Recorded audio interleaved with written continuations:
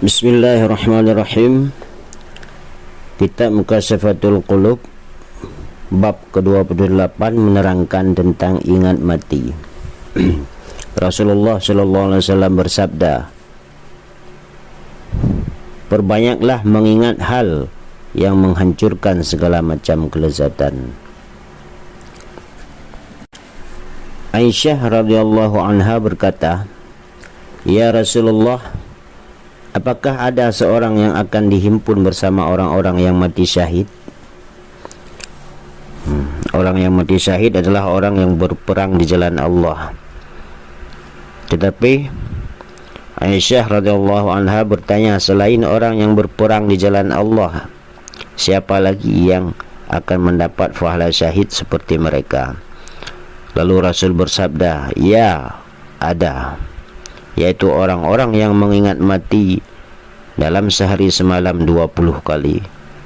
Sebab-sebab keutamaan ini tidak lain karena sesungguhnya mengingat mati menghapuskan orang untuk menjauh dari perkampungan yang menipu, yaitu dunia, dan menuntut untuk persiapan yang sebenarnya, yaitu akhirat.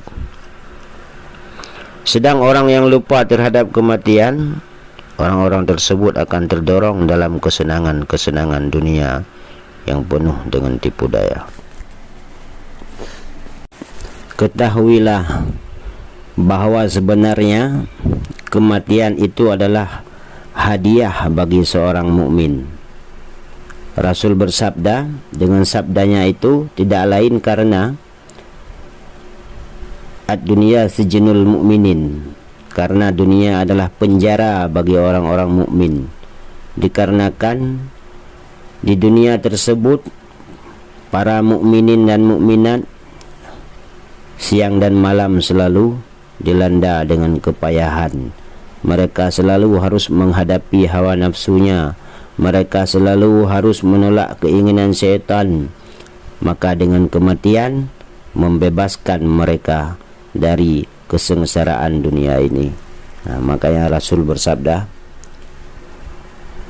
kematian adalah hadiah bagi orang-orang mukmin.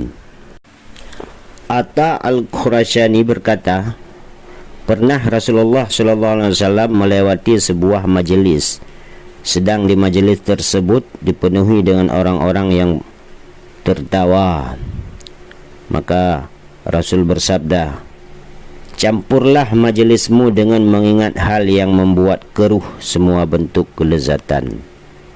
Lalu mereka bertanya, apa itu ya Rasulullah? Rasul pun menjawab, adalah kematian. Anas radhiyallahu anha pun berkata, Anas radhiyallahu anhu pun berkata, Rasulullah sallallahu alaihi wasallam bersabda, perbanyaklah dari mengingat mati, karena dia dapat membersihkan dosa dan membuat zuhud terhadap dunia. Cukuplah dengan kematian sebagai hal yang membuat perpisahan. Cukuplah kematian sebagai orang yang memberi nasihat. Kematian adalah nasihat bagi orang-orang yang masih hidup. Jadi dengan datang kematian kepada seseorang, dapat kita ambil hikmah bahawa sesungguhnya kehidupan di dunia ini cuma sementara. Adakah kita ketahui bahawa satu hari di akhirat sama dengan 1000 tahun dunia? Maka kehidupan kita yang 60 tahun, 70 tahun, jika kita kadarkan dengan kehidupan akhirat, maka kehidupan kita cuma setengah jam saja di dunia ini bila kita bandingkan dengan kehidupan akhirat. Maka wal tandur nafsun, persiapkan hal-hal yang akan kita butuhkan nanti setelah kita menghadapi kematian.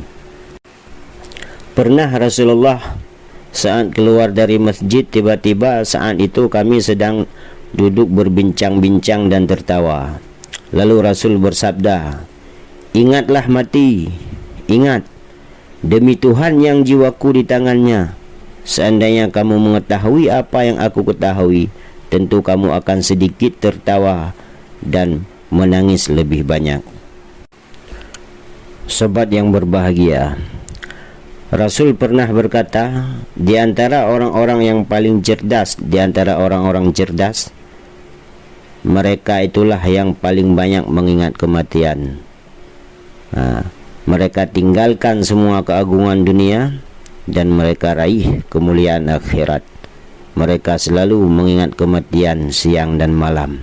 Merekalah orang-orang yang cerdas, dikarenakan kehidupan dunia ini adalah kehidupan yang fana, dan kehidupan di akhirat itu adalah kehidupan yang kekal abadi. Mengingat kematian dapat melembutkan hati dan jiwa kita. Pernah Sayyidah Aisyah didatangi oleh seorang perempuan.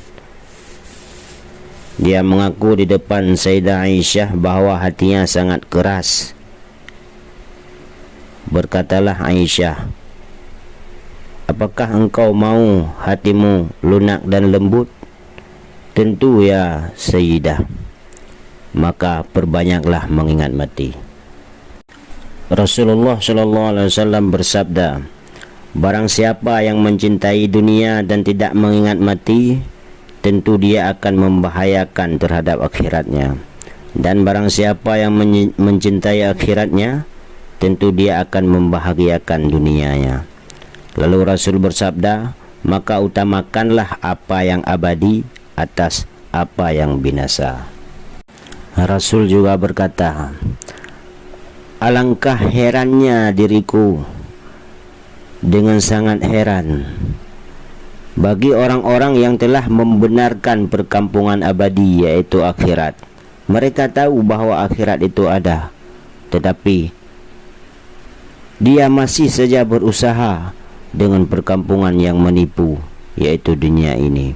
Mereka tahu bahawa akhirat itu akan kekal abadi dan di depan matanya, tetapi dia tetap berusaha menyibukkan diri dengan perkampungan yang penuh tipu daya ini.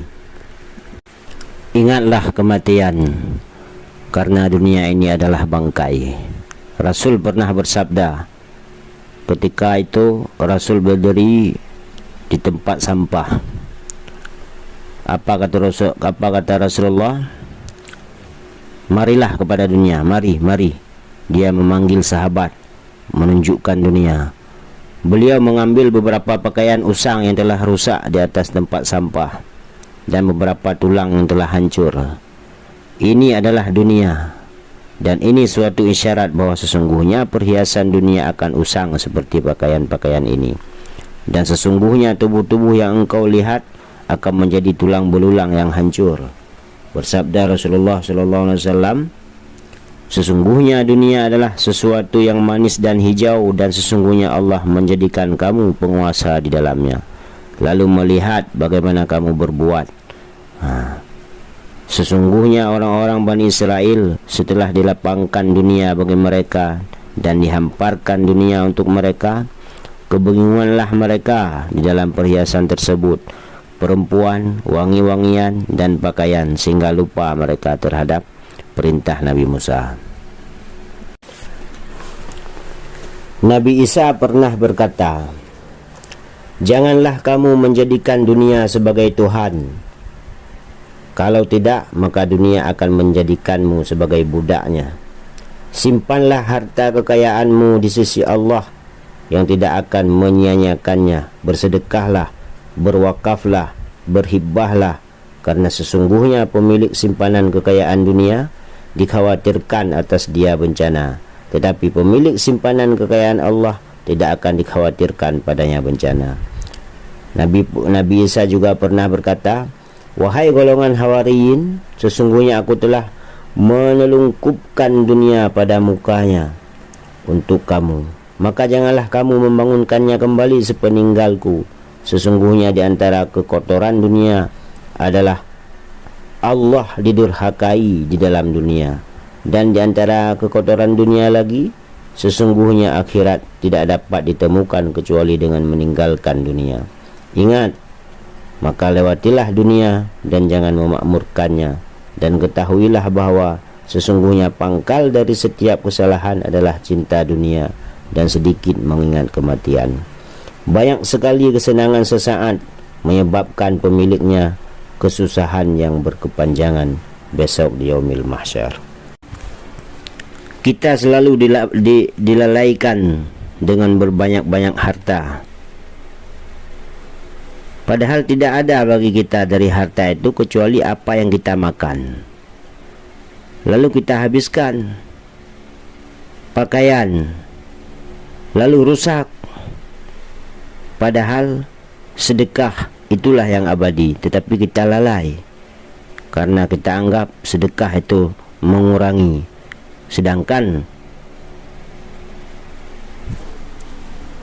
Sedangkan orang yang selalu mencari-cari harta untuk kesenangan dunia, Allah akan menetapkan dalam hatinya 4 hal.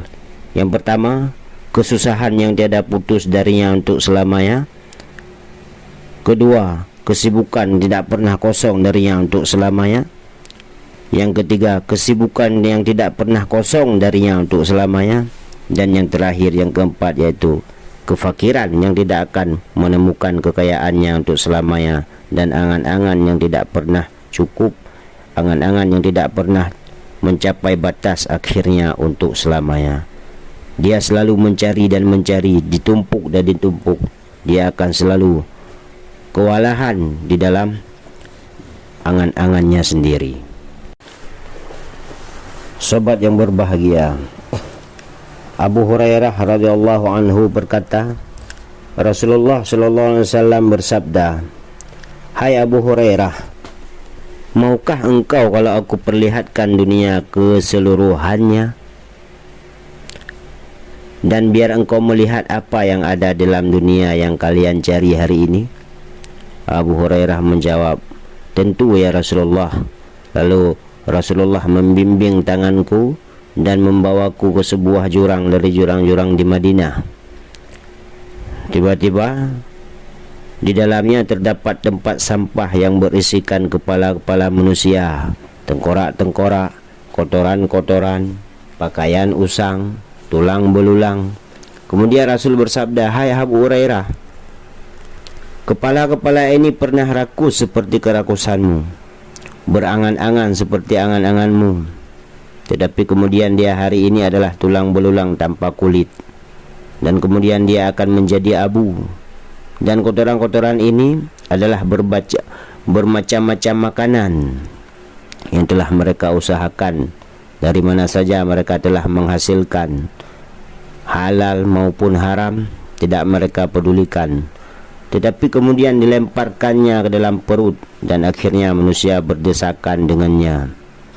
Mereka berebut-rebutan, dan ini pakaian usang yang telah hancur adalah pakaian mewah mereka dan pakaian-pakaian mereka. Jadilah dia pada akhirnya diombang-ambingkan oleh angin pada hari ini. Dan tulang belulang ini, tulang belulang ini dari binatang yang dikendarai, dari kendaraan-kendaraan mereka yang pernah mereka gunakan untuk menjelajah pinggiran-pinggiran negeri. Maka barang siapa yang menangisi atas dunia, maka hendaklah dia menangis hari ini."